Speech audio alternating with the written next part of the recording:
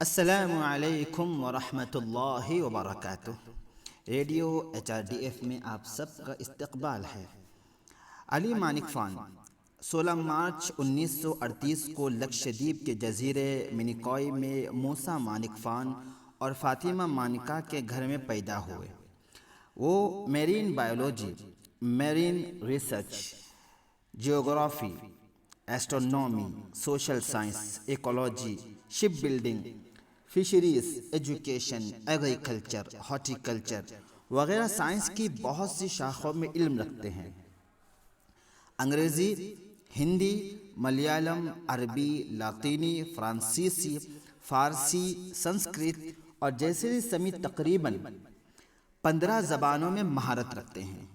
لیکن آپ یہ سن کر حیران ہوں گے کہ اس عظیم عالم نے باقاعدہ کوئی تعلیم مکمل نہیں کی، لیکن ان کے کارنامے حیران کر دینے والے ہیں۔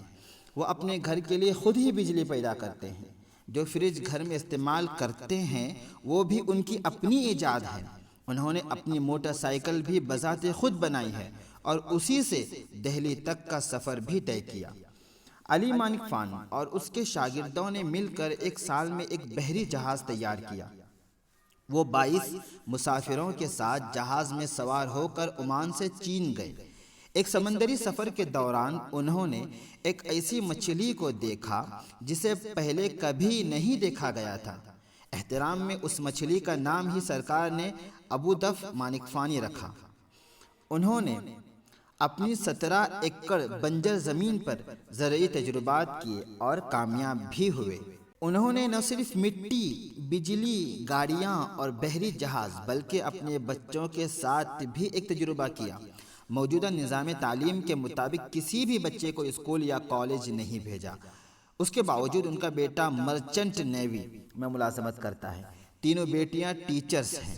مانک فان نے جس جہاز کو بنایا تھا وہ آج بھی عمان کے مسقط میں ان کے اعزاز کے طور پر اور ایک تاریخی یادگار کے طور پر محفوظ ہے۔ علی مانک فان کے دریافت، تجربات اور خدمات کی فہرست کافی طویل ہے۔ علی مانک فان نے ایک متحد قمری تقویم یونیورسل لونر کیلنڈر تیار کیا ہے جس کی پیروی پوری دنیا کے لوگ کر سکتے ہیں۔ انہوں نے ضروری ورثہ، دینی، سائنسی اور لسانی علوم کے لیے انوکھی کوششیں کی۔ عربستان میں مقامی دیہاتیوں کے ساتھ رہنا ان کی زندگی کا ایک بہترین تجربہ ہے۔ Central marine fisheries research institute of India, union territory building development board, marine biological association of India, ہجرا کمیٹی، لکشدیپ انوائرنمنٹ ٹرسٹ اور متعدد اداروں میں مختلف عہدوں اور ذمہ داریوں پر فائز رہے۔ علی مانک فان کو ملک کے ممتاز سائنس اور تعلیمی اداروں میں سنجیدہ تعلیمی موضوعات پر سیمینار پیش کرنے کی دعوت دی جاتی ہے۔ تعلیمی میدان میں اتنی خدمات دینے کی وجہ سے انہیں پدم شری ایوارڈز دیا جائے گا۔ ہم علی مانک فان سے یہ امید کرتے ہیں کہ وہ دینے والے کی سیاست کو اچھی طرح سمجھیں۔